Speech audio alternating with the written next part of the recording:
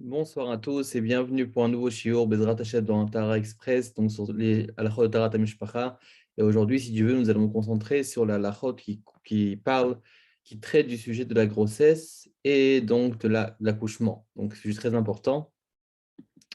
Donc, on va dédier le shiur Bezrat Hashem pour la Ilon Neshama de Atara Bat Abraham et aussi pour chez Balul Chaim Tovim Arukim, pour la Hatzlacha de Rav Shlomo Chaim Bonan et pour Rav David Betchetrit, pour les enfants et les petits-enfants, et aussi pour la Hatzlacha, la bonne santé et la réussite matériellement et spirituellement pour Israël Shem Tov, Ben Esther, Bezrat Hashem, Hatzlacha en tous les domaines. Alors, comme d'habitude, si jamais ensuite vous avez une question, donc on pourra en parler après le cours, mais si jamais durant la semaine aussi vous voulez, vous pouvez toujours contacter et poser vos questions et sur ce numéro avec grand plaisir. Donc, c'est le sujet du jour, comme on l'a dit, ça va être donc les lois donc, de la grossesse et de l'accouchement. On va parler donc des halachot qui correspondent à la grossesse et l'accouchement, aussi les coutumes, les différentes conduites, un peu plus connues, un peu moins connues, mais des choses très importantes donc, pour qu'on puisse donc passer toute la grossesse et l'accouchement comme il faut, Bezrat Hashem. Alors déjà, avant de commencer, on va d'abord citer une question qui a été posée au Rabbi de Lubavitch. Une fois, une personne a posé la question au Rabbi, comment faire pour pouvoir donc commencer, à partir de quand commencer l'éducation des enfants? Et là, le rabbi s'est tourné vers cette personne-là et lui dit, écoutez, madame, l'éducation a déjà commencé, c'était au moment de la conception, au moment des rapports, donc du rapport conjugal, c'est à partir de ce moment-là déjà où le chinour a commencé. Et donc, on sait très bien, comme le Tanya dit, comme le rabbi le rapporte, que tout dépend de la manière dont les parents se sont sanctifiés au moment de la conception de l'enfant. Donc, c'est une notion qu'on a rapportée la semaine dernière. Et aussi, on va rapporter aussi brièvement aujourd'hui. Donc, c'est le Tanya dans le Pérek Bet, que, comme on sait très bien que nous avons donc au moment de la conception, au moment où finalement il y a un rapport entre l'homme et la femme, c'est un moment qui est très, très, très saint, très, très kadosh. Évidemment, on a un peu ce mélange-là qui est entre un profit corporel et matériel, avec aussi une sainteté. D'ailleurs, c'est pour ça que lorsqu'on dit Kodesh et Kodashim, on sait très bien que chaque maison juive est considérée comme un Mikdash Me'at, comme un petit sanctuaire, comme un petit Beth Mikdash. Vasuli, Mikdash Shachanti Betocham, que Kadosh Baruch Hu veut résider dans chaque foyer, dans le cœur de chacun et aussi dans chaque maison. Et aussi, donc, c'est quoi le Kodesh Kodashim? C'est la chambre à coucher. C'est là où le papa et la maman se rencontrent, c'est là où finalement il y a un rapport. Et donc, c'est quelque chose qui est très sain et très, très de haut niveau. Et donc, c'est pour cela aussi qu'à ce moment-là, hein, d'un côté, c'est vrai que nous avons donc tout l'amour et le rapprochement, donc que ce soit sentimental ou que ce soit matériel et physique. Nous avons aussi donc le rapprochement des âmes, des neshamot.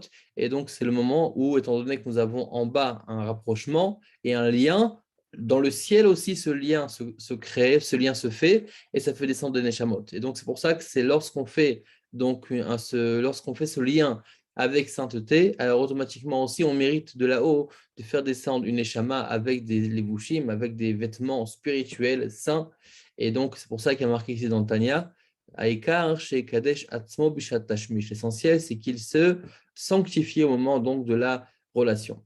Et le Ramban aussi, que nous avons quelques semaines dans Parashat Kedoshim, quelques semaines, donc le Ramban disait que pourquoi finalement Kadosh Baruch Hu dit Kedoshim Tiyu.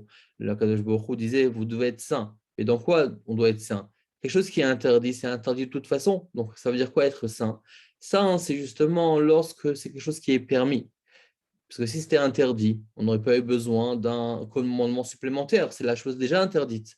Et pourquoi Kadosh Baruch Hu nous rajoute Kedoshim Tiyu? Parce que c'est justement lorsqu'on parle par exemple de manger, ou lorsqu'on parle par exemple des relations, c'est quelque chose qui est permis d'un côté. Mais de l'autre côté, on pourrait aussi beaucoup se matérialiser donc et devenir plus, on va dire, grossier, entre guillemets, si on le fait vraiment comme un acte animal. Et c'est pour ça qu'on doit mettre donc la sanctification dedans. Et évidemment, vis-à-vis aussi d'autrui, du conjoint aussi, c'est important parce que finalement, c'est pas simplement un acte physique pour le plaisir individuel, mais c'est pour que chacun fasse plaisir à l'autre. Mais on parle aussi donc du plaisir aussi spirituel et donc du lien qui se fait. Donc, comme il dit la belle Ramban, l'oliot menouval breshut Torah, pour pas que les Bnei Israël deviennent grossiers avec la permission de la Torah, parce que finalement, c'est un acte qui est permis. Alors, on va rapporter aussi une petite phrase de Maseret Souka. Le Maseret, la Gemara dit comme ça. Amar Rabbi Yochanan, Evar katan yeshlo le'adam, mar ivur savea masbio raev.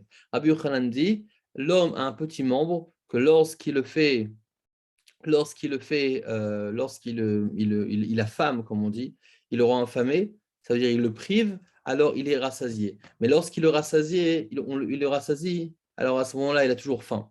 Alors, de quoi il fait référence? Il fait référence directement donc aux membres donc de l'acte conjugal, que finalement, plus une personne finalement est investie dedans et vraiment est autour de de cet acte-là, hein, alors forcément, il n'est jamais rassasié. Mais une personne qui fait attention, il sait on va se contrôler, alors à ce moment-là, plus il se contrôle et plus finalement il n'a pas besoin. Évidemment, lorsqu'on a dit au cours dernier, nous avons donc la mitzvah, le commandement donc de la Ona, d'être avec la femme, et que d'accord, donc c'est une mitzvah qui est sur les épaules du mari et qui doit satisfaire la femme. Mais aussi, il y a aussi le côté, on va dire, du nefesh habamid, de l'âme animale, que lui aussi, des fois, il prend un petit peu dessus et qui cherche à faire ça un peu pour son intérêt. Et c'est là on voit que, au contraire, plus une personne on va dire, se restreindre et aussi se contrôler, qu'à partir de ce moment-là, c'est vraiment ce contrôle. Mais si c'est le contraire, alors à ce moment-là, il ne sera jamais rassasié. D'accord? Donc, pourquoi j'apporte ça maintenant? Vous allez bientôt comprendre. Alors, encore une Gemara qu'on voit dans la Maseret Nida. La Gemara nous dit comme ça. Shlosha shutafim yesh ba'adam. On a trois associés chez l'homme. Ça veut dire quoi? C'est-à-dire que l'homme, finalement, lorsqu'il naît, lorsqu'il grandit, lorsqu'il finalement il vient au monde, il a trois personnes finalement qui sont associées à le faire grandir. Alors, qu'est-ce qu'il dit la Gemara? Elle dit évidemment, il y a Kadosh Baruch Hu, il y a Dieu. Ve'afiv ve'imo, et il y a le père et la mère. Donc, évidemment, en tant que parent ou en tant que futur parent, il faut savoir il y a souvent il y a maman et papa, mais il n'y a pas que ça. Il y a aussi Akadosh Baruch Hu qui est présent et on a chacun une part et que l'un sans l'autre, finalement, on ne pourrait pas donner naissance à la personne. Donc, c'est pour ça aussi que c'est important pour l'éducation. Lorsqu'on éduque, lorsqu'on a des enfants, des fois, les enfants qui peuvent nous porter même un bout de nerf ou des fois qui nous fait un petit challenge par rapport à nos midotes. Et donc, il faut toujours savoir que finalement, on n'est pas seul. Il y a aussi Akadosh Baruch Hu qui est présent et on doit aussi rendre des comptes à Akadosh Baruch Hu, finalement, parce que lui aussi, il a une part vraiment réelle dans finalement la personne, dans l'individu, dans cet enfant. Et donc, la Gemara nous dit que Aviv, donc le père, Imazria, donc il lui donne, et donc Aloven, donc le blanc. C'est quoi le blanc? De là vient les os, les nerfs, les ongles, le cerveau, d'accord? Et aussi le blanc qu'il y a dans l'œil. Et Imo, maintenant la mère, elle donne Odem, le rouge, qui est or, donc la peau, Bassar, la chair, Saharot, les cheveux, Shachor, Shebahin, et le noir qui est dans les yeux. Et donc chacun a sa part. Le papa donne le côté qui est plus blanc, la maman donne le côté qui est rouge, et Vakadosh Baruch Hu est Dieu.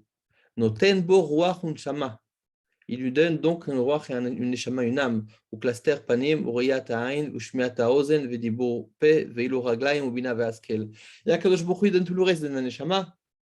Il lui donne donc la vision, il donne l'ouïe, il donne aussi la force de la parole, la force de marcher, la vie, l'intelligence. Ça, c'est Akadosh Baruch Hu qui lui donne. Donc chacun donne une partie et on est tous associés donc à cet enfant qui naît. Alors maintenant, quelques sgoulottes pour pouvoir donc par rapport à pour tomber enceinte. D'accord? Donc le rabbi a donné plusieurs sgoulottes pour pouvoir tomber enceinte. Donc je les ai un peu recueillis, je les ai mis un petit peu, je les ai mis vraiment en ordre, d'accord? Donc comme une figure chez le rabbi. Donc déjà, le rabbi demandait souvent, lorsqu'une personne n'avait pas d'enfant, c'était de faire vérifier les tefilines et les mésouzotes. Alors évidemment, à partir de quand on doit s'inquiéter une personne qui n'a pas d'enfant? Quelque part, le rabbi écrit qu'au bout de 2 ans, une personne doit commencer à penser. C'est pas bien de se stresser trop tôt non plus, parce que des fois aussi, il faut un peu s'habituer. Des fois aussi, il y a le futur pas le futur moment qui ne se connaissent pas bien. Il y a des choses à mettre au point entre eux. Et des fois, ça prend plus de temps. Alors, c'est vrai que c'est un peu stressant pour le couple lorsqu'on est en attente, lorsque ça ne va même pas tout de suite. Mais Bezrat Hashem, chaque chose en son temps. Donc, au début, il n'y a pas lieu de stresser, même de chercher, ni de faire des tests. Mais au bout d'un moment, évidemment, on se conseille avec des médecins compétents. Et peut-être que Blinder, on pourra faire aussi un cours dessus. D'accord? Quel est le rapport entre le couple et un médecin? Comment on peut faire ça? Que ce soit dans les examens donc, de gynécologie, etc.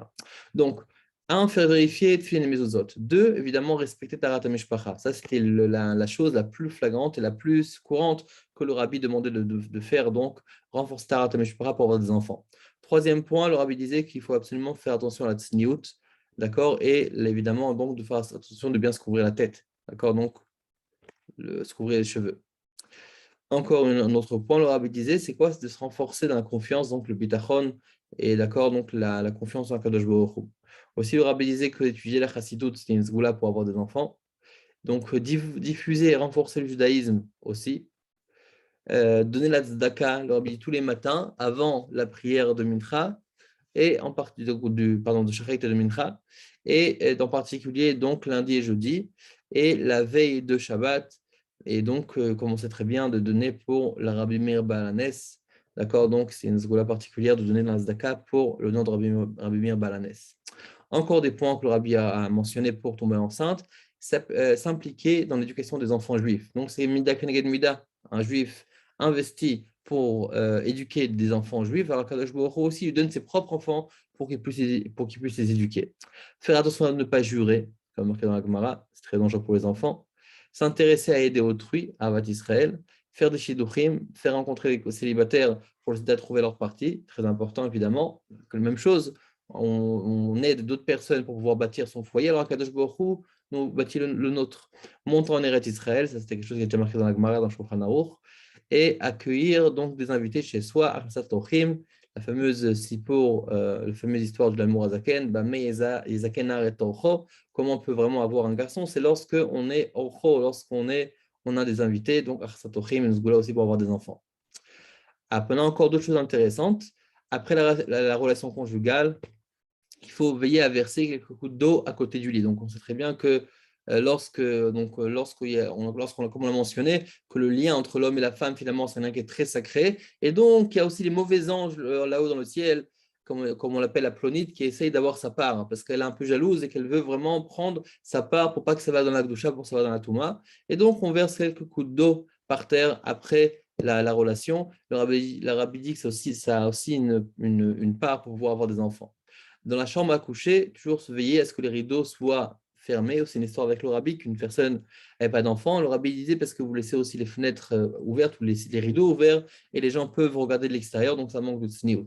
Et encore un point très important qui est très courant et qui marche très bien, c'est que souvent il y a eu des petites querelles qui sont passées, par exemple surtout une honte ou une peine qui a été causée dans un shidour et d'accord, un shidour précédent avant donc, de retrouver notre mari. Et donc, le rabbi toujours disait d'aller vérifier si jamais on avait vexé quelqu'un, d'accord, qu'on l'a blessé, de lui demander pardon, d'accord. Donc, c'est vrai qu'il faut des fois réfléchir comment le faire de manière pudique, d'accord, parce qu'on ne peut pas non plus prendre contact n'importe qui avec n'importe comment avec n'importe qui. Mais c'est vrai que parallèlement à ça, si on a fait un mal, il faut le réparer. Et donc, c'est important donc, de prendre contact avec la personne. D'accord, on peut peut-être faire ça au début indirectement, ensuite directement. Bref, on peut trouver un moyen, mais c'est toujours bien de se conseiller comment le faire, mais demander pardon pour vraiment s'assurer que la personne nous a pardonné et qu'il n'y a pas de kupeda contre nous. Ok, maintenant la grossesse. Une fois que la femme est rentrée, donc est tombée enceinte, Baruch Hashem, Mazal Tov, alors à ce moment-là, il y a donc plusieurs points d'Alacha et de Hashkafa à connaître. Alors déjà, hein, est-ce qu'on peut avoir des rapports conjugaux durant la grossesse? Évidemment que oui, c'est même une obligation, comme on l'a dit la semaine dernière, dans le cours dernier, pardon, que lorsque nous avons finalement on a la mitzvah d'avoir des relations avec sa femme, finalement c'est un dû de l'homme envers la femme, c'est quelque chose qu'il doit faire, même si ce n'est pas pour but d'amener des enfants, étant donné maintenant que la femme est déjà enceinte. Apparemment, pourquoi le faire? Parce que finalement, c'est déjà tombée enceinte, donc à quoi ça sert d'avoir des relations? Mais comme on l'a expliqué, qu'en vérité, la mitzvah de Ona et la mitzvah d'avoir des enfants sont deux mitzvot complètement différentes. Et c'est pour ça que même si une personne a déjà des enfants, ou même que la femme est enceinte ou allaitante, ou bien ne veut plus avoir d'enfants, il y a toujours la mitzvah, d'accord, qui est là donc de respecter la ketouba, de respecter donc le dû que l'homme a envers la femme, d'avoir donc des relations avec elle. Et donc, mais par contre, dans la grossesse, c'est vrai qu'on retrouve un petit peu dans la Gemara des petites différences qu'on va voir maintenant. Donc, la Gemara partage la grossesse en 9 mois, partage en 3. 3 premiers mois, 3 mois du milieu et 3 derniers mois. Les 3 premiers mois, la Gemara nous dit que les rapports sont bénéfiques, sont difficiles, que ce soit pour la femme, que ce soit pour l'enfant. Les mois du milieu sont bons pour l'enfant, mais ne sont pas bons pour la maman. Et les derniers mois sont bons et pour la femme et pour le bébé et pour l'enfant qui se trouve dans le ventre de la maman. Et donc maintenant, vous allez me dire comment ça se fait, est-ce que c'est valable pour tout le monde ou pas? La vérité, que ce n'est pas forcément valable pour tout le monde. C'est vrai qu'il y a des gens, des femmes par exemple, qui vont avoir, ça va leur faire du bien aussi durant le début, il y en a qui ça va faire du bien du tout durant toute la grossesse, mais en tout cas, c'est évident qu'il faut aussi trouver le juste au milieu. D'accord? Donc certains disent que c'est bien d'amoindrir dans les moments où c'est compliqué, d'autres disent que finalement il n'y a pas de différence, mais c'est un peu au cas par cas. Et donc, c'est pour ça que on sait très bien que aussi dans ce qui vient du mari, il y a un acide qui peut aussi des fois provoquer l'accouchement, évidemment, quand c'est dans une étape avancée. Donc, il y a quand même cet élément-là qu'il faut faire attention. Mais en vérité, la femme déjà reçue à l'intérieur d'elle peut toujours se conseiller avec son médecin et pour voir comment faire ça de la meilleure des façons. Alors, une petite Gemara, encore une fois, que je vais rapporter, de la Maseret Shabbat, c'est quelque chose intéressant. Vous allez me dire encore quel rapport avec ce qu'on va dire, vous allez comprendre. Alors, donc la Gemara de la Maseret Shabbat nous raconte qu'une fois, il y avait Rabbi qui s'est tourné vers Rabbi Shimon ben Chalaftaï qui lui a dit: pourquoi tu ne montes plus à Yerushalayim? D'accord? Pourquoi tu ne viens plus à Yerushalayim pour les trois régalim, pour les fêtes? D'accord? On sait très bien que Pessah, Shavuot et Sukkot, les Juifs montaient à Yerushalayim. Et donc, il lui a demandé: Rabbi, pourquoi toi tu ne montes plus? Alors, Rabbi Shimon ben Chalafta, il lui a dit: écoute, c'est vrai, mais justement, j'ai vieilli, je suis déjà plus tout jeune. Alors, il lui a dit: Slaim, donc je vais vous lire ici, on est à la troisième ligne. Slaim la voim, on dit que les petits rochers dont sont devenus des grands rochers, en fait, ça voulait dire que avant j'avais facilité à marcher, maintenant chaque petit caillou, je le vois comme quelque chose de grand, c'est compliqué pour moi. Krovim la ce qui était proche avant, maintenant c'est loin, c'est plus dur pour moi à marcher. Mishtaim la shalosh, avant j'avais 2 pieds, maintenant j'en ai 3, parce que maintenant il y a une canne, donc j'ai du dur à marcher. Et après, une phrase un peu étonnante, il dit: mais sim shalom babait batel. Mais sim shalom, celui qui fait régner le shalom dans la maison, est batel, c'est-à-dire est annulé, ne fonctionne pas. Et qu'est-ce qu'il nous dit Rashi? C'est quoi cette chose-là qui nous fait le shalom dans la maison? Evar Tashmish, donc c'est le membre donc des intimes, d'accord, de l'homme. Donc, comme il a déjà pris de l'âge, donc il était déjà âgé, donc ça ne marchait plus, ça ne fonctionnait plus. Mais en tout cas, c'est intéressant si on prend le langage de la Gemara, à quoi il fait référence lorsqu'on parle de ce membre-là. Il dit Massim Shalom Babait, c'est lui qui fait la paix à la maison. Et donc, c'est important vraiment de méditer sur ça, parce que finalement, quand on dit Massim Shalom Babait, ça veut dire qu'en vérité, vraiment le cadre des relations conjugales sont là vraiment pour faire la paix dans la maison. C'est-à-dire, évidemment, on n'arrive pas dans la chambre à coucher lorsqu'on est énervé. Avant, évidemment, il faut demander pardon, il faut discuter, il faut communiquer.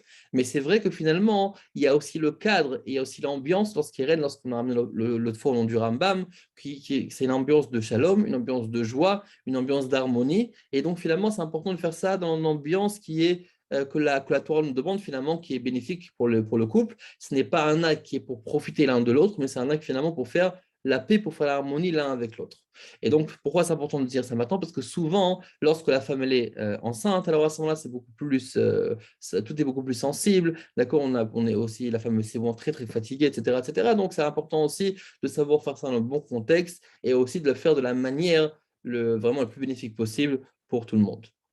Alors, maintenant, on va parler d'une notion de la halakha déjà qui correspond. Qu'est-ce qu'on doit savoir dans la halakha lorsqu'une femme est enceinte? Alors, déjà, il y a cette notion-là de Mesouleket Damim. Mesouleket Damim, on ne l'a pas encore vu dans les cours précédents. C'est en vérité, ça parle d'une femme qui n'a plus de sang. Mesouleket Damim, ça veut dire que les sangs se sont retirés. Alors, pourquoi les sangs se sont retirés? On voit ça. Tout simplement, à partir du moment où une femme tombe enceinte, les règles n'apparaissent plus. C'est vrai que des fois, il pourrait avoir des ktamim, donc des gouttes de sang, des gouttelettes de sang. À ce moment-là, évidemment, il faut aller voir le médecin pour voir si tout va bien. Mais, point de vue de la halakha, c'est vrai que quand une femme voit du sang, si ça rentre dans le cadre de Ketem qui la rend Nida, elle devient Nida. Mais sinon, mais par rapport aux règles, en général, la femme ne voit pas de règles lorsqu'elle est enceinte. Et donc, elle appelait Mesouleket Damim, c'est-à-dire les sangs sont retirés. Maintenant, à partir de quand la femme est appelée Mesouleket Damim et jusqu'à quand? Alors, à partir de 90 jours après le mikvé. D'accord? Ça veut dire à partir du moment où elle sait qu'elle a eu un mikvé, elle tombe enceinte. À partir de 90 jours du mikvé qui a précédé donc la conception de l'enfant, c'est à partir de ce moment-là qu'elle va compter 90 jours, pas 3 mois, parce que 3 mois, elle ne fasse pas 90 jours. On parle vraiment de 90 jours réellement, complets. Et donc, à 90 fois 24 heures, elle devient Mesouleket d'Abim. Elle a le titre de Mesouleket d'Abim. C'est important, on va voir pourquoi, qu'est-ce que ça nous apprend, parce qu'il y a des lois particulières. Et jusqu'à quand? Pendant les 24 mois après l'accouchement, elle a aussi appelé Mesouleket d'Amim. Alors, une femme aussi, par exemple, qui est monoposée, elle a appelé Mesouleket d'Amim. D'accord, il y a plusieurs cas qu'elle a appelé Mesouleket d'Amim, mais là, étant donné qu'on parle dans le cadre de la grossesse, alors on va rester dans le cadre de la grossesse. Donc, Mesouleket, alors qu'est-ce que ça nous apprend? Qu'est-ce que ça peut nous dire?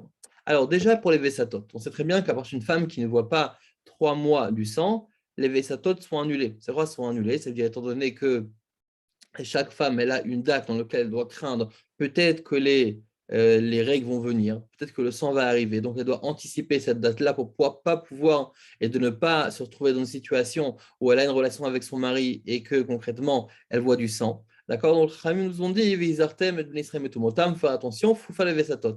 Lorsqu'une femme ne voit pas pendant 3 mois consécutifs du sang, alors à ce moment-là, les Vesatot, donc le séjour de crainte, sont annulés, étant donné que finalement, on ne voit plus de sang.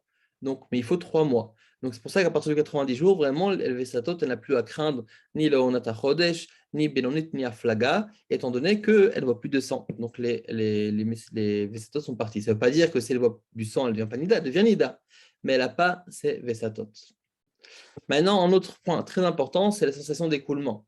Alors, il faut voir, pour ceux qui ne savent pas encore ce que c'est, il faut voir le premier cours qu'on a mis dans la chaîne YouTube du Bet Midrash Online. Et là-bas, on a parlé concernant c'est quoi une sensation. On a dit une femme qui a une sensation et qu'elle n'a pas une sensation, on a dit que c'était, on va répéter rapidement, c'était 3 sortes de sensations, ou bien qu'elle a senti un grand frisson, d'accord, que le sang c'est lié donc à l'apparition de sang, ou bien elle sent que son utérus est ouvert, ou bien qu'elle sent un écoulement qui coule, pas sur les jambes, mais à l'intérieur, donc dans la cavité vaginale, de l'utérus à la cavité vaginale. Ces sensations-là sont extrêmement rares. C'est pour ça que ça arrive pratiquement jamais qu'une femme arrive à cette sensation-là. Avant, les femmes peut-être étaient plus sensibles. D'accord, aujourd'hui, le corps est peut-être un peu plus faible, c'est pour ça qu'on ressent moins. Mais en tout cas, il y a certaines sensations que si jamais on a eu une sensation là, on doit faire une bdika, on doit faire une vérification. Donc, si ce n'est pas une sensation, ne faites pas de vérification, ne faites pas de bdika, parce que vous pouvez rentrer dans un problème donc de nida stam, sans pour rien du tout. Mais c'est uniquement s'il y a des sensations, comme on a mentionné. Mais en tout cas, admettons qu'une femme a eu une sensation pareille, alors à ce moment-là, on a dit qu'elle doit faire une bdika dans les 2 minutes, elle doit faire une vérification interne dans les 2 minutes. Si elle a fait la vérification, alors elle devient. Et donc, ça dépend. Si elle trouve quelque chose de pur, là, je ne vous parle pas quand elle émet le cadavre, je parle en général. Si elle a une sensation, elle n'a pas vu de sang encore, mais elle a une sensation, une vraie sensation, elle doit faire une bdika dans les 2 minutes. Et ensuite, elle voit ce qu'elle a trouvé. Si elle voit quelque chose de pur, elle est théora. Si elle voit quelque chose d'impur, elle est teméa, elle est nida. Maintenant, la question, qu'est-ce qui se passe si elle ne trouve rien? Ça veut dire qu'il n'y a rien du tout. Alors, c'est quoi la halakha? La halakha, elle est qu'elle est quand même nida. Pourquoi? Parce qu'on prétend que, étant donné qu'elle a une sensation, il y a quelque chose qui est sorti, c'était sûrement du sang, et le sang s'est perdu, d'accord? Ou s'est mélangé, c'est pour ça qu'on ne l'a pas retrouvé. Donc, ça, c'est en général, lorsqu'une femme a une sensation, fait une bdika, elle ne trouve rien, elle devient nida. Mais lorsqu'elle est mesouleket damim, lorsqu'elle est dans le statut mesouleket damim, comme au bout de 90 jours de la grossesse, donc comme on l'a dit, à partir du mikvé qui précédait la conception, alors à ce moment-là, même si elle trouve rien, elle est quand même théora. D'accord? Donc dans ce cas-là, ce sera quoi le din? Si elle fait une sensation, dans les 2 minutes, elle fait une bdika, si c'est taor, c'est taor. Si c'est tamé, si c'est du sang, elle est nida. Mais si elle ne trouve rien dans ce cas-là, elle sera quand même théora, elle restera théora, étant donné qu'elle est mise sous les quêtes d'amim et que ce n'est pas logique qu'elle voit du sang maintenant parce qu'elle est enceinte.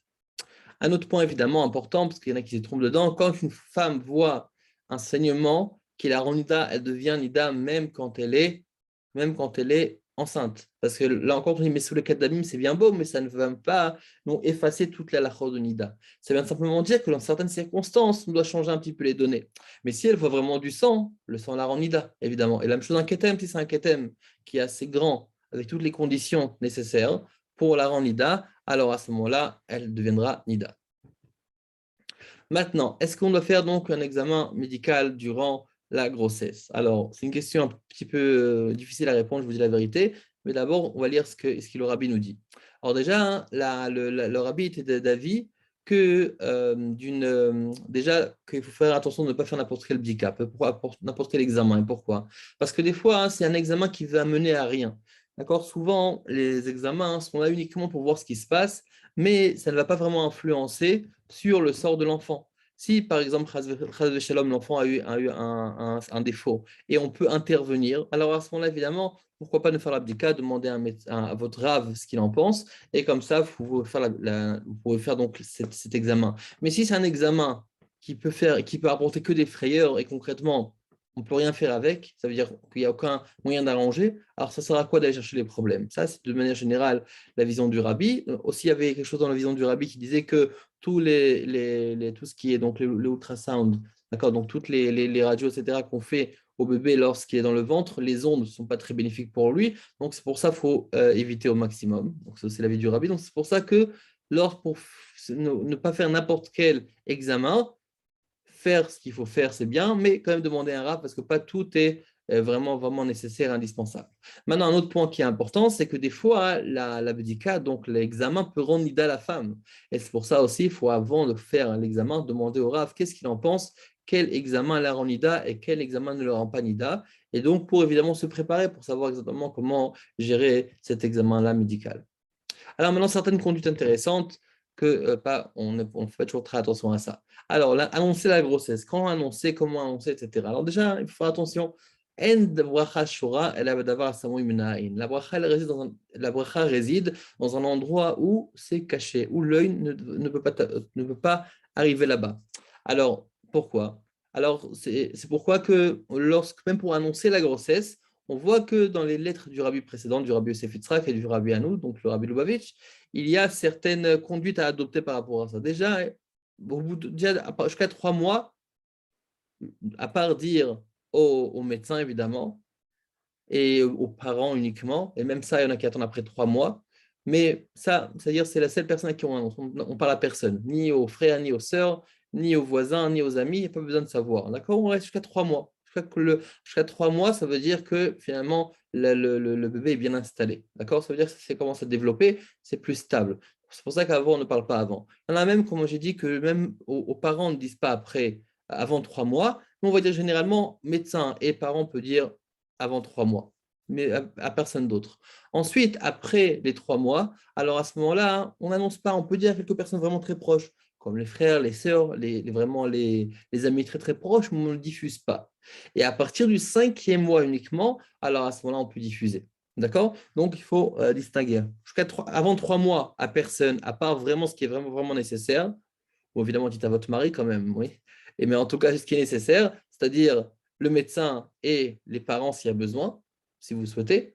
Ensuite, je fais 3 mois à 5 mois, on dit uniquement vraiment aux gens très très proches, comme vraiment les frères, les sœurs, évidemment, si vous voulez, avec les amis proches, mais c'est tout. Et à partir de 5 mois, on peut annoncer à tout le monde. D'accord? Ça, c'est par rapport à annoncer la grossesse. Maintenant, accompagner la Kala, et si déjà, je vais mettre aussi le prochain, le Gvater. Accompagner la Kala, c'est en vérité des fois, hein, on a une jeune maman qui en vérité qui est enceinte, mais qui est en train d'accompagner par exemple sa fille à la choupa. D'accord, donc ces fois ça arrive souvent. Et ou bien que le gvater, c'est les personnes donc, qui vont apporter le bébé pour la brit mila.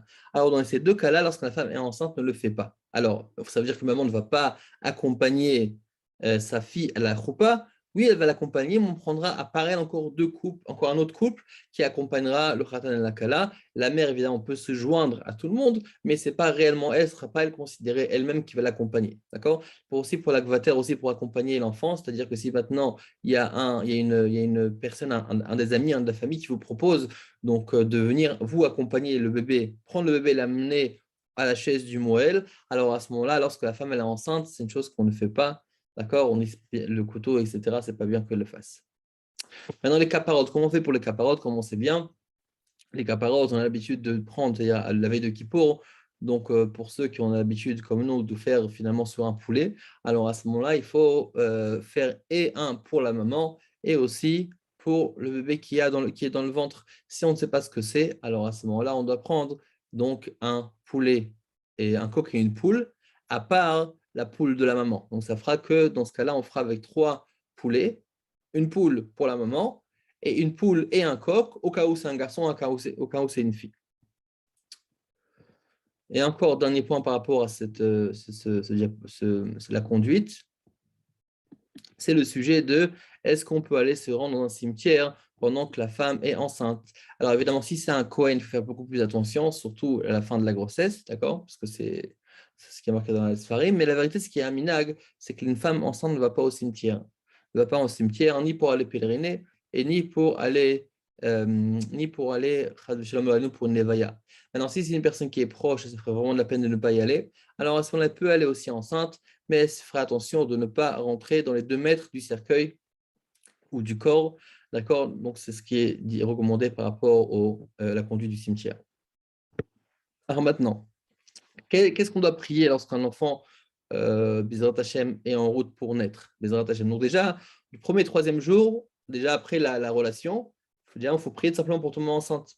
Du troisième au 40e jour, prier pour que ce soit un garçon. Évidemment, celui qui veut une fille, pour demander une fille, tout simplement. Mais là, on parle d'un cas où une personne veut un garçon. Ok, 40e jour au 3e mois, alors à ce moment-là, de prier pour qu'il soit bien formé, c'est-à-dire qu'il va bien en bonne santé. 3e mois, 6e mois, prier pour ne pas qu'il y ait de fausses couches. Et 6e au 9e mois, évidemment, il faut prier pour qu'il y ait un bon accouchement, d'accord, un accouchement en bonne santé, Besha Tova ou Mutlachat.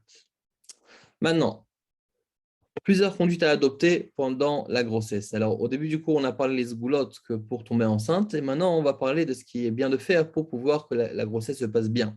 Ça aussi, ça vient donc majoritairement des écrits du Rabbi. Alors, il y a évidemment le Rabbi dit qu'il faut absolument de faire les chana. C'est quoi chana? Les 3 mitzvot, c'est donc chala, nida et adlakat nerot. D'accord? De faire attention à ces 3 mitzvot-là. Donc, afrachat chala, donc évidemment, c'est ce qu'on fait Erev Shabbat. Donc, nida, tarat amishpacha. Évidemment, si jamais la femme n'a pas de raison de réviser parce qu'elle n'est pas d'inda, elle peut toujours bien enseigner ou bien réviser. Et aussi adlakat nerot, donc allumer les bougies de Shabbat comme il faut en son temps. Un autre point, faire attention de ce qu'elle mange dans le ventre soit entièrement caché. On sait très bien que tout ce que la femme fait pendant la grossesse, ça influence son bébé, et c'est pour cela qu'il faut faire attention que tout ce qu'elle mange est strictement caché, d'accord, sans arrondir les angles. Fais encore attention, évidemment, de ne pas regarder donc des formes interdites ou bien des animaux qui sont impurs. Alors, est-ce qu'une femme peut aller au zoo, par exemple, pour se balader au zoo? Alors, la réponse, elle est que, étant donné qu'il y a des animaux non cachers, idéalement que ça qu'il n'y aille pas. Si vraiment la femme veut aller là-bas parce que ça la pressionne, parce qu'elle veut vraiment voir la grandeur d'Akadosh Baruch Hu dans ses actes, dans sa création, alors elle peut y aller. Mais en général, c'est recommandé de ne pas y aller pour ne pas avoir des animaux non cachers, comme on l'a dit, pour ne pas avoir une mauvaise influence sur le bébé. De la même façon qu'on fait attention à ce qu'on voit, on doit faire aussi attention à ce qu'on écoute. Comme dit la Mishnah aussi, il faut faire attention de ne pas marcher sur des ongles coupés. Entre parenthèses, c'est valable que ce soit pour les femmes que ce soit pour les hommes, de ne pas marcher sur les ongles coupés, mais essentiellement pour les femmes. Ok, encore un autre point, il faut rajouter la zdaka. Et comme j'ai dit au début du cours, pour pouvoir tomber enceinte, c'est donc pour l'allumage des bougies de Shabbat, évidemment donné particulièrement pour le sroud de Rabbi Meir Balanes. Un autre point, c'est que lorsque le mari récite le schéma, Shema Israël avant d'aller dormir, avant de réciter le Hamapil, devra dire le Teilim 20, le Teilim Chaf, et donc le dire entièrement, et ensuite recommencer le passouk Yancha Hashem Beyom Sarah. D'accord, donc faire le Teilim entier, et de réciter le premier passouk, et encore donc de ce Teilim-là encore une fois, que le premier passouk, et penser que Akadosh Baruch Hu accepte donc ce Teilim-là, et qu'il considère comme si qu'il avait eu toutes les kavanotes, d'accord, qu'il doit avoir pour pouvoir protéger l'enfant. Vérification des mitzvot, évidemment, et la femme donc fera attention aussi de ne pas prendre de charges lourdes, évidemment, faire aussi ce qui est indépendant, on va dire, logiquement, matériellement, d'accord, faire attention de ne pas prendre des choses lourdes, de ne pas courir, d'accord, pour ne pas mettre en danger la grossesse. Maintenant, l'accouchement. Qu'est-ce qui est bon à savoir dans l'accouchement? Alors déjà, on a plusieurs points dans l'accouchement. On a aussi comment accoucher, mais on a aussi quel est le rapport entre l'accouchement et les choix de Nida. Parce qu'on sait très bien que lorsque la femme accouche, alors la femme devient Nida. Elle devient Nida, et ça, c'est même si elle n'a pas d'écoulement de sang. Alors vous allez me dire que c'est impossible, évidemment c'est impossible, mais admettons que si c'était possible que la femme n'ait pas n'ait pas de sang lorsqu'elle a accouché, alors à ce moment-là, la femme deviendrait quand même Nida, parce que l'accouchement même rend la femme Nida. D'accord, donc ça, si jamais elle est déjà accouchée, une fois qu'elle a accouché, elle devient Nida. Mais est-ce que la statue de Nida vient avant? Alors, qu'est-ce que ça peut nous faire? Qu'est-ce que ça peut nous changer quelque chose? Ça peut nous changer énormément parce que si jamais maintenant, par exemple, le mari est à côté, souhaite aider la femme, et la femme Nida ne veut pas l'aider, donc c'est déjà important simplement d'avoir une doula, une personne qui va accompagner la future maman pour l'accompagner, pour que tout se passe bien, pour donner pour lui donner ce qu'elle doit recevoir, pour l'aider, etc. Parce que pas toujours le mari pourra le faire. Donc, comme on l'a dit, l'accouchement rend la femme Nida même si elle n'a pas vu de sang. Mais il y a quand même des situations où la femme devient nida même bien avant qu'elle ait accouché. Alors, on va voir quels sont donc les critères. Alors, si maintenant elle s'allonge en vue du travail, c'est-à-dire dans la halakha, on appelle ça Yoshevet à la mashber, c'est-à-dire qu'elle ne peut plus maintenant, elle doit faire son travail, donc elle va laisser allonger pour commencer vraiment à passer les contractions. Alors à ce moment-là, ça déjà un signe que la femme est nida. Notre point, c'est si maintenant elle n'arrive plus à marcher, il y a des gens qui doivent la soutenir, là aussi elle rentre dans la catégorie de nida. Perdre des os, ça ne rend pas nida. D'accord? Donc, perdre des os, il faut se rappeler, ça ne rend pas nida, à moins si elle voit du sang. D'accord? Si elle voit du sang, à ce moment-là, évidemment, comme on l'a dit, toute trace de sang rend la femme nida. Surtout maintenant que c'est probable à avoir du sang, étant donné qu'elle va accoucher. Mais si elle a vu des pertes d'eau, mais elle n'a pas vu de sang, alors des fois, on peut regarder, alors à ce moment-là, hein, la femme ne devient pas nida. Maintenant, le bouchon muqueux, d'accord? Donc, c'est comme ce bouchon-là qui sort avant donc pendant les contractions en général. Et d'accord, donc des fois ça peut sortir 2-3 jours avant, mais c'est vraiment proche donc, des contractions, proche de l'accouchement. Alors à ce moment-là, de manière générale, le bouchon muqueux en soi, c'est comme les honorants pas nida. Mais évidemment, il faut voir s'il y a du sang. S'il y a du sang, il n'y a pas le choix, c'est elle devient nida. Maintenant, s'il n'y a pas de sang, ça va dépendre un petit peu si c'est vraiment un morceau qui est important ou c'est vraiment très fin. D'accord? De manière générale, dans l'absolu, si c'est un bouchon muqueux qui est fin, qui n'a pas de traces de sang dessus, la femme ne devient pas nida avec ça.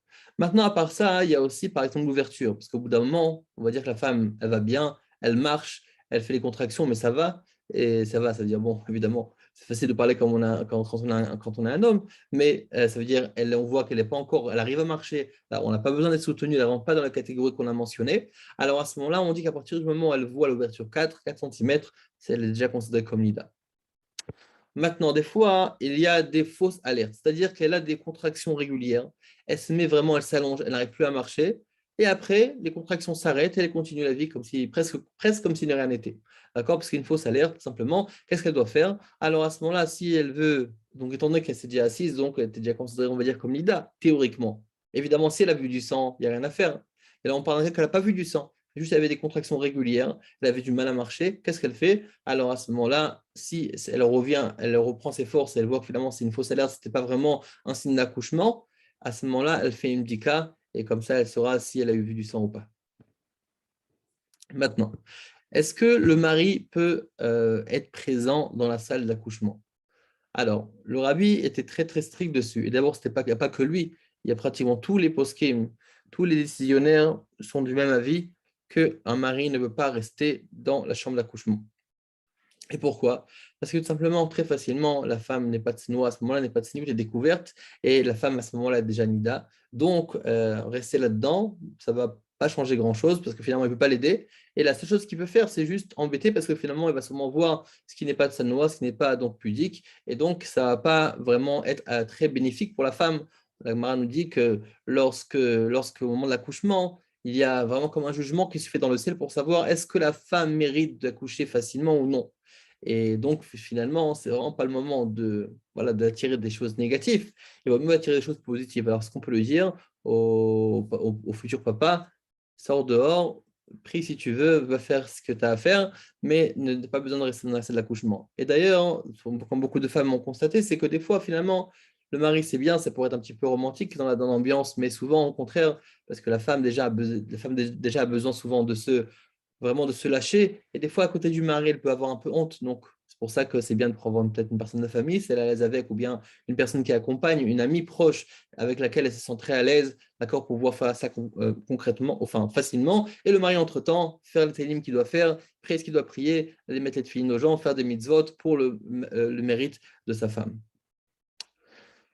Est-ce qu'on a le droit d'accélérer l'accouchement? Alors, accélérer, ça veut dire ça peut être ou bien déclencher ou bien accélérer l'accouchement de manière artificielle. Ça peut être fait de manière vraiment mécanique ou bien avec intraveineuse, d'accord, de mettre donc oxytocine à travers donc les veines et donc de faire par perfusion. La question c'est est-ce qu'on a le droit de faire ça? Alors évidemment, il y a plusieurs, on va dire, plusieurs points qui pourraient passer par la tête d'une personne lorsqu'elle veut faire ça. Des fois, une préférence de date, d'accord, une date waouh, on veut date net pendant une tête qui se lève, par exemple. Udelef Nissan. Je jette une date importante. Alors, bon, alors la personne dit, tu sais quoi, je vais accélérer, comme ça on va arriver à la bonne date. Alors ça, chez nous, c'est vraiment pas génial. Parce que donc, et on doit faire vraiment une différence entre deux cas. Évidemment, si c'est pour raison médicale, si par exemple, évidemment, il peut y avoir un problème, chas shalom, que ce soit pour le bébé, que ce soit pour la maman, et médical et réel, c'est-à-dire évidemment que le médecin dit, il n'y a pas le choix. Alors évidemment, il faut écouter les médecins, il n'y a rien d'autre à penser. Mais si c'est juste pour question d'aise, d'accord, pour simplement pour être plus à l'aise, pour pouvoir vraiment, ou bien qu'on a une préférence de date, comme on l'a dit, ou bien que la femme, elle se sent un peu lourde à la fin de la grossesse, elle veut accélérer, elle en a marre. Alors ça, on dit, écoutez, chacun doit naître à un jour précis que Kadosh Baruch Hu a fixé. Et on ne doit pas se mêler. Dans le monde, c'est vrai qu'on a le Bechira Chofshit, un libre arbitre, et on peut influencer sur ça, sur la grossesse, sur l'accouchement. Mais de notre côté à nous, on doit aussi faire attention de ne pas se mêler des cheshbonot d'Akadosh Baruch Hu, de ne pas se mêler donc des comptes d'Akadosh Baruch Hu, de sa volonté, quand est-ce que le bébé doit naître ou non. Il y a plusieurs raisons à ça, peut-être qu'on fera une petite vidéo sur ce sujet-là. Bon, en tout cas, d'accord, donc on a une petite note du rabbi aussi sur ça. D'accord, évidemment, ce n'est pas que le rabbi qui dit ça, oui, il y en a plein qui disent ça, mais je ramène du rabbi qui dit que Mouvan, Shetov, Venachon, Shigmeru, Yemei Rayon, Velo, Lemer, Aleida, Lifneze, simplement de laisser vraiment la grossesse se faire comme il se doit. Aussi un petit langage un peu plus piquant du rabbi qui dit Lama litaref, pourquoi se mêler de Dieu? Laisse-le tranquille. Akadosh Baruch Hu fera son travail. Et varetov, les d'activité ou bismana, c'est bien de faire un accouchement naturel en son temps, sans trop se mêler, d'accord, de ce qui ne nous regarde pas. D'accord, donc ça c'est par rapport à l'accouchement, à accélérer l'accouchement, à la précipiter.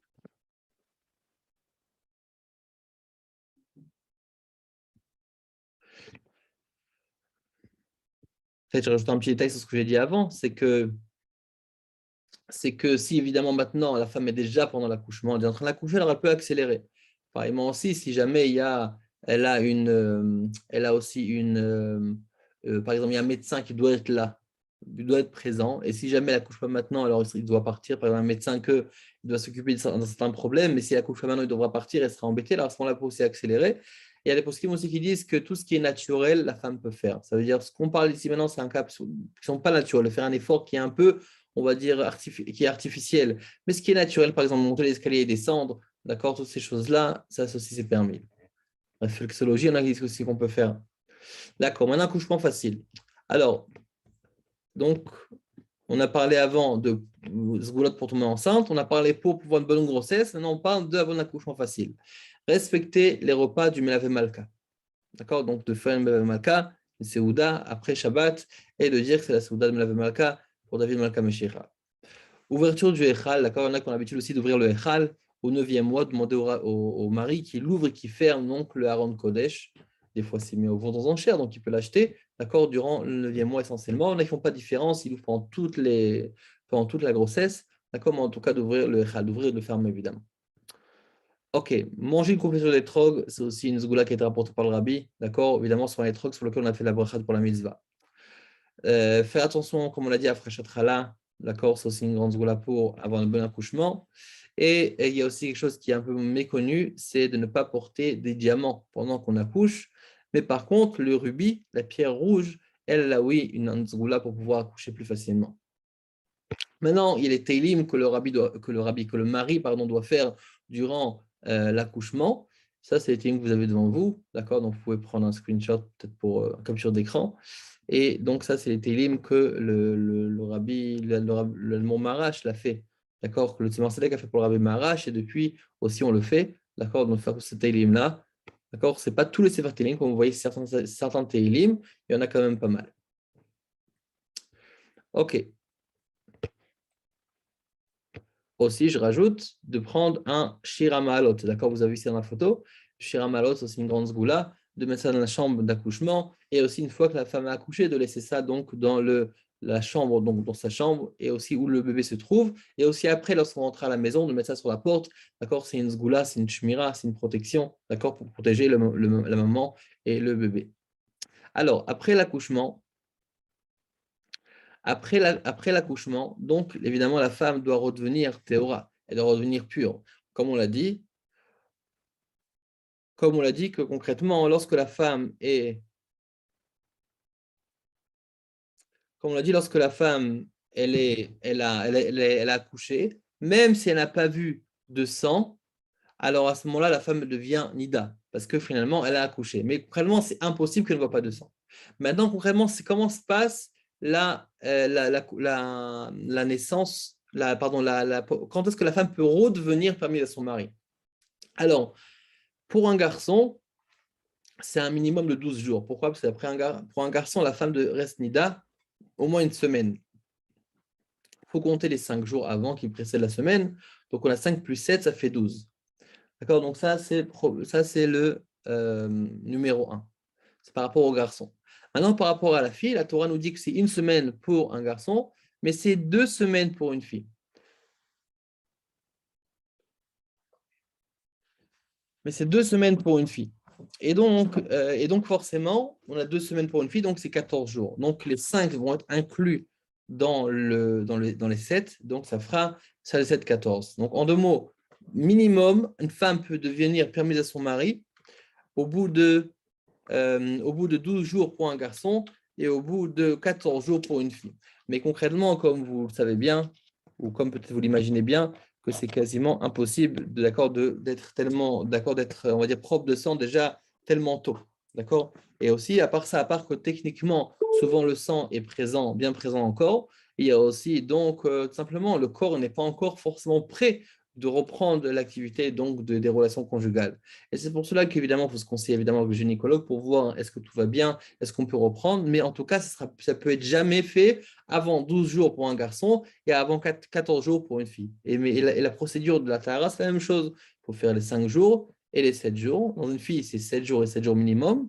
Et donc faire le sektara en son temps, faire le shivan ekiyem en son temps, faire tout ce qu'il faut et faire le mikvé comme il faut, d'accord? Souvent, des fois, une femme a des points de suture. Donc là aussi, des fois, ça peut compliquer. D'accord? Et aussi, une chose importante à savoir, c'est que des fois, lorsqu'on fait une médica, des fois à cause une petite déchirure qu'il y a pu avoir pendant l'accouchement, alors à ce moment-là, il peut aussi avoir à cause de ça une difficulté de faire un F-sectara ou difficulté de faire donc les bdikot de Shiva Nekiim. Donc ça, lorsque vous avez votre rave, vous pouvez lui dire, et des fois, on pourra un peu diminuer les bdikot de Shiva Nekiim. Le F-sectara, comme on l'a déjà mentionné dans les cours précédents, ne pourrait être jamais retiré. Le F-sectara, c'est le F-sectara. Aussi, la première et la 7e dika de Shiva Nekiim ne pourra jamais être enlevée, mais des fois au milieu, des fois on peut retirer quelques-unes, et ça c'est uniquement si le Rav donc le permet, si le Rav admet.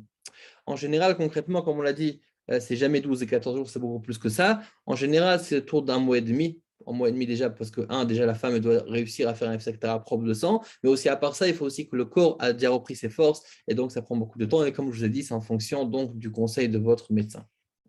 Maintenant, césarienne. Césarienne, concrètement, on va dire théoriquement, un peu comme on l'a dit dans l'accouchement naturel, dans l'accouchement naturel, on a dit que même s'il n'y a pas de sang, la femme est nida.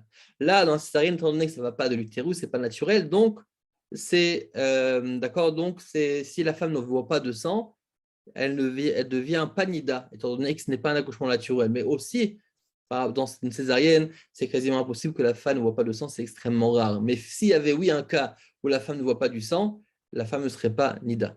D'accord, mais en général, elle voit toujours du sang d'accord, en bas, dans la partie inférieure du corps, ce qui la rend nida de toute façon. D'accord, donc par exemple, et étant donné que c'est un accouchement qui est césarienne, donc on n'a pas ce 7 jours et 7 jours, on n'a pas les 14 jours de la fille si c'est une fille, donc c'est directement 5 et 7 minimum. D'accord, donc ce sera 12 jours comme si c'était un garçon, même si elle a accouché par césarienne d'une fille. Mais comme on l'a dit, ce n'est pas très concret parce que concrètement, en général, ça prend beaucoup plus de temps de ça pour se reprendre des forces. Maintenant, une chose que pas tout le monde fait attention à ça, mais qui est très important, c'est la bracha. Lorsqu'une femme accouche, on doit faire une bracha. D'accord? Qui doit faire la bracha? Alors, on va le voir dans quel cas. Lorsqu'une femme accouche un garçon, alors à ce moment-là, l'homme et la femme, les deux doivent faire la bracha de Atov Hametiv. Baruch ata Hashem Elokeinu melech haolam, Atov ve'Hametiv. Ça, c'est la bracha qu'on doit faire. Alors évidemment, l'homme peut le faire à partir du moment où il entend. S'il entend la nouvelle, même s'il est dans un autre pays, il entend la nouvelle, il peut faire directement la bracha Tova Metiv. Et la femme, évidemment, peut le faire, mais lorsqu'elle est couverte, d'accord, juste après l'accouchement, on ne veut pas le faire, parce qu'en général, elle est découverte. Donc, une fois qu'elle est couverte, d'accord, elle se nettoie un petit peu, elle se lave les mains, elle peut faire la bracha Tov Metiv. Maintenant, par rapport à une fille, si c'est une fille, alors à ce moment-là, certains ne récitent pas de bracha et d'autres font de bracha shechianu. pour ceux qui font la bracha de Shechianu, alors à ce moment-là, le mari ne le fera pas quand il entend la nouvelle, mais quand il voit sa fille. Quand il voit la fille, donc le nouveau-né, il pourra donc faire la bracha de Shechianu. Et à Gomel, alors à Gomel, ça dépend des communautés. C'est vrai dans Shulchan Aruch, il est écrit qu'on doit faire la bracha de Agomel c'est-à-dire que la femme doit faire la bracha d'Agomel lorsqu'elle a accouché. Mais donc, pour ceux qui ont l'habitude de le faire, comment on le fait? Alors, soit la femme va à la synagogue, par exemple, durant une prière du soir, ou même pendant si elle ne veut pas le faire au moment même pendant le Shabbat, à ce moment-là, elle demandera à 10 hommes de venir à côté, d'écouter sa bracha. Elle dit, Baruch ata Hashem Elokeinu melech haolam, Agomel chayavim tovot, shegamar ani tov, donc le Agomel, et les 10 hommes répondent Amen. D'accord? Agomel, on ne peut pas le faire s'il y a moins de 10 hommes. Donc, 10 hommes, ou bien, à l'époque, ce qu'ils faisaient aussi à Yerushalayim à l'époque, c'est qu'ils ils faisaient un minyan, ils faisaient comme une soirée à la maison de Odaya, comme une petite Seouda, et donc les hommes venaient à la maison, prier la tefila de Arvit, de Mariv, la prière du soir, et à ce moment-là, la femme récitait la bracha de Agomel, et donc les hommes répondaient Amen. Concrètement, chez les Chabad, le minak, c'est de ne pas rester cette bracha-là quand la femme a accouché. Par contre, évidemment, il faut toujours faire attention de remercier Akadosh Baruch Hu. C'est parce qu'on ne dit pas Agomel, il ne faut pas remercier Dieu. C'est pour ça qu'il y en a qui disent que si par exemple la femme, elle va à la synagogue et son mari monte à la Torah, ou encore mieux, lorsque le mari sait que la femme vient à la synagogue après avoir accouché, il essaiera de monter à la Torah, comme si quand il dit Baruch Hu Hashem Mevorach, qu'on bénit Akadosh Baruch Hu, il pensera à sa femme et sa femme pensera à remercier Akadosh Baruch Hu pour le miracle de l'accouchement. Ok, maintenant, qu'est-ce qui se passe? Et on arrive à la fin du shiur. Oui, qu'est-ce qui se passe si maintenant la femme doit accoucher pendant Shabbat? Alors, Shabbat, évidemment, on va dire, c'est assez compliqué. Pourquoi? Parce que concrètement, c'est vrai que d'un côté, on a une là que pikuach nefesh, que lorsqu'une personne est en danger, lorsque c'est vraiment un réel besoin de danger de santé, à ce moment-là, c'est dochet kol la Torah. D'accord? Toute la Torah est repoussée. Ça veut dire finalement, on n'est pas, on peut être Michael Shabbat, c'est pas plein chiloul. C'est appelé au contraire de garder Shabbat d'une autre façon. Mais parallèlement à ça aussi, il y a des choses qu'il faut aussi, on va dire, pas tout est permis parce que la femme doit accoucher. Alors déjà, premièrement, quelque chose qui est important à savoir, c'est qu'il faut prévoir. Qu'est-ce qu'il faut prévoir? Lorsque la femme est au 9e mois, il faut prévoir de vraiment d'essayer de ramasser et d'essayer de rassembler le maximum de choses possibles, le maximum de choses possibles pour l'accouchement. C'est-à-dire que de ne pas se retrouver dans une situation où la femme doit, ou bien l'homme, peu importe, qu'on doit porter du mouktsé, de commencer à rentrer les téléphones, chercher la carte d'identité, chercher tous les papiers qu'on a des médecins, commencer à fouiller le fouille pour les vêtements, les brosses à dents, etc. Ce n'est pas le moment, c'est Shabbat. Alors quand est-ce qu'on le fait? Alors évidemment, si on n'a pas le choix, on n'a pas le choix que de le faire. Mais concrètement, pourquoi rentrer dans ce stress-là alors qu'on sait très bien, la femme, elle est enceinte depuis 9 mois. Donc, elle sait qu'elle doit accoucher bientôt, elle sait qu'elle doit bientôt accoucher, elle sait qu'elle doit accoucher, d'accord, dans une semaine, 2 semaines, un mois, dans quelques jours, d'accord, donc elle le sait ça. Donc, pourquoi attendre dernière minute et transgresser Shabbat alors qu'elle peut tout simplement préparer à l'avance? Et c'est pour ça que c'est important de le faire à partir du début du 9e mois, d'avoir une petite valise dans laquelle on va placer donc tout ce qu'on aurait besoin pour le séjour à l'hôpital, d'accord, ou à la clinique, d'accord, pour l'accouchement, d'accord, tout ce qu'on a besoin, que ce soit les papiers, que ce soit les câbles de chargeur, que ce soit vraiment ce qu'on a besoin, on met tout dans la valise de manière à ce qu'on puisse, donc surtout donc, les choses qu'on a vraiment besoin pour l'accouchement, d'accord, pour qu'on puisse ensuite aller sans faire trop de mouktsé. Ça, c'est une chose. Deuxièmement aussi, évidemment, lorsqu'on est dans le 9e mois déjà, c'est possible qu'on accouche Shabbat, d'accord? Il y a une chance sur 7 qu'on accouche pendant Shabbat.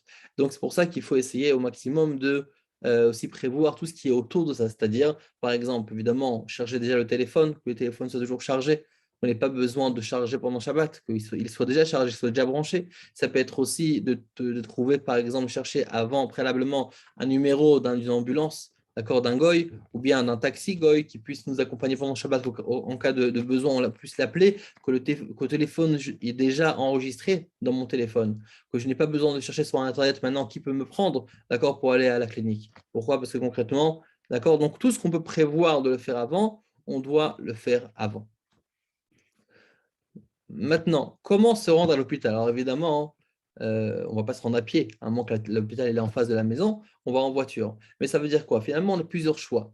D'accord? Surtout quand on est en Israël, par exemple, on a aussi ambulances qui sont juives, des ambulances non juives, on prend un taxi, etc., etc. Comment on fait? Alors évidemment, l'idéal, évidemment, de toute façon, c'est bon à savoir que si jamais on a besoin, tout le monde peut prendre tout le monde peut prendre la femme, d'accord, que ce soit le voisin, que ce soit la mère, la grand-mère, que ce soit le rave, tout le monde peut aller, tout le monde doit vraiment faire le maximum pour aller sauver la femme pour qu'elle puisse accoucher en toute santé et surtout avec tranquillité. Et c'est pour ça qu'évidemment, chaque personne peut aider à ça.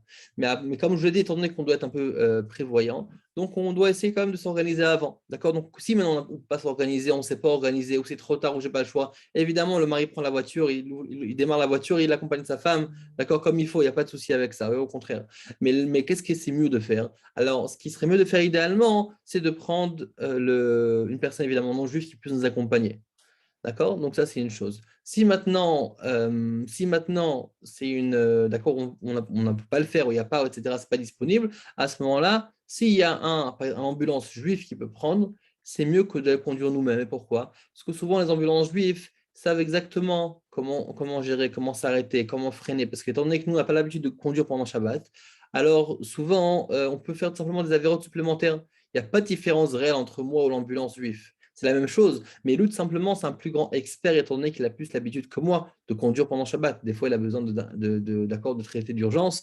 Donc, forcément, il a l'habitude et donc il sait exactement comment faire son travail. Moi, je ne sais pas. C'est pour ça qu'il y a un point supplémentaire pour choisir un ambulance juif face à moi. Mais si jamais maintenant, évidemment, on n'a pas le choix, on démarre la voiture, on ne perd pas de temps et on ne laisse pas traîner, d'accord, pour essayer de trouver une autre personne, on fait exactement ce qu'il faut faire. Maintenant, quand on se rend à l'hôpital, alors par rapport au din de, vous vous rappelez, on a dit aussi au NIDA, on a apporté quelques points. Si la femme n'arrive pas à marcher, si la femme elle se tient sur le lit à cause des contractions parce qu'elle doit accoucher, d'accord, si elle voit du sang, etc. Alors là, finalement, étant donné qu'il y a un voyage à faire, on ne va pas attendre vraiment jusqu'à ce point-là. D'accord, ça c'est par rapport à NIDA. Mais par rapport à Shabbat, c'est d'autres halachot. Et là, donc par rapport à Shabbat, simplement, c'est un peu individuel. C'est-à-dire, si maintenant une femme sait qu'elle accouche très rapidement, alors à ce moment-là, évidemment, elle devra donc devancer son départ, d'accord, au plus tôt possible, parce qu'elle sait qu'elle va accoucher rapidement. D'accord? Si jamais maintenant elle a mais de manière générale, c'est comme ça. Si elle commence à avoir des contractions qui sont régulières, alors à ce moment-là, évidemment, elle peut se rendre à l'hôpital. D'accord? Si elle voit vraiment que ça commence à approcher, elle peut se rendre à l'hôpital. Évidemment, si elle voit du sang, elle peut aller directement à l'hôpital. Pareillement, si elle sent que le bébé ne bouge pas, par exemple, ne bouge plus depuis plusieurs heures, et elle s'inquiète, elle voit que c'est vraiment inquiétant, alors à ce moment-là, elle peut aussi se rendre à l'hôpital. Là, il n'y a pas de souci avec ça. D'accord? Donc, en deux mots, ça veut dire que chaque chose que la femme sent qu'elle a besoin de faire, et que c'est pour le bien direct de l'accouchement, pour la santé et pour le bien-être de l'accouchement, à ce moment-là, elle peut devancer à faire même pendant Shabbat. D'accord? Donc évidemment, si par exemple la femme, par exemple, un exemple, Shabbat rentre à 17h, et la femme, elle commence à avoir des contractions à 16h, bon, elle sait très bien qu'elle va accoucher maintenant, oui. Donc pourquoi voyager pendant Shabbat? Elle peut voyager une demi-heure avant Shabbat, c'est pas la peine d'attendre d'Afka pendant Shabbat. D'accord? Donc, mais ce que je veux dire, c'est que il faut voir l'image globale, mais il ne faut pas prendre de risques. À partir du moment où la femme sent qu'elle doit accoucher, elle peut devancer son départ en fonction de ce qu'elle a besoin.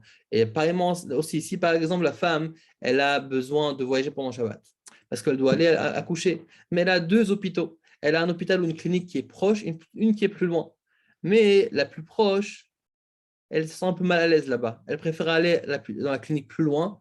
Elle aura le droit d'aller à la clinique qui est plus loin. Marie va faire plus de kilomètres. Marie elle va devoir dépenser plus d'essence. Marie concrètement, elle va devoir vraiment, vont devoir faire donc plus de chemin et donc plus d'issourim aussi, entre guillemets, pour pouvoir arriver jusqu'à la clinique. La seconde clinique qui est plus loin, malgré ça, étant donné que la femme est plus tranquille d'aller là-bas, à ce moment-là, elle peut. Si c'est une question d'argent, par exemple, elle dit que la clinique, la première, elle est plus chère que la seconde, elle n'a pas le droit de aller à la première. Mais si c'est une question que grâce à ça, elle pourra accoucher plus tranquillement, alors à ce moment-là, elle pourra aller dans la seconde, même que la seconde clinique est plus loin. D'accord, maintenant, il y a l'accompagnateur. Alors, l'accompagnateur, évidemment, c'est un sujet qui est aussi pour le bien de la personne. Comme on dit qu'une femme qui est non-voyante, on a le droit d'allumer la lumière si on sait que grâce à ça, elle sera plus tranquille. Mais pourtant, elle est non-voyante. Donc, de là, on voit à quel point c'est important de vraiment le bien-être de la personne pour qu'elle puisse accoucher tranquillement. Et pareillement pour ça aussi, si jamais la personne sent qu'elle doit avoir une personne qui l'accompagne, elle peut prendre une personne qui l'accompagne. Ça peut être son mari, ça peut être sa maman, ça peut être sa sœur, une personne qui va l'accompagner. On n'a pas dit d'apporter toute la famille aussi, oui. le père, les grands-pères, les cousins, etc. Mais au moins la personne qui va la soutenir, qui va être avec elle pour l'accouchement, étant donné que c'est important pour elle, elle aura de l'accompagner. Et de la même façon aussi, elle pourra aussi prendre la nourriture, soit pour lui ou que ce soit pour elle-même, mais aussi pour la personne qui va l'accompagner, il n'y a pas de souci. Si elle peut le prendre avec un goy, la nourriture par exemple, on sait très bien qu'on n'a pas le droit de transporter d'un domaine public à un domaine privé. Alors si par exemple il y a un taxi non juif, on peut lui dire, écoute, est-ce que tu peux prendre la valise qui se trouve à l'intérieur de la maison, comme ça il n'a pas besoin de lui de porter et de sortir, d'accord, du domaine privé au domaine public. Mais admettons qu'il n'y a pas. Alors à ce moment-là, il peut prendre lui-même, mais il essaiera de ne pas s'arrêter, c'est-à-dire de ne prendre directement le paquet de la maison sans s'arrêter jusqu'à la voiture. Et pareillement aussi, lorsqu'il arrivera à l'hôpital ou à la clinique, sortir le paquet de la voiture à la clinique sans s'arrêter directement. Comme ça, il pourra faire ça. Maintenant, en préparation du véhicule, évidemment, on essaye de retirer toutes choses qui sont indispensables du véhicule pour ne pas besoin qu'on ait à porter des choses qui ne sont pas indispensables pendant Shabbat.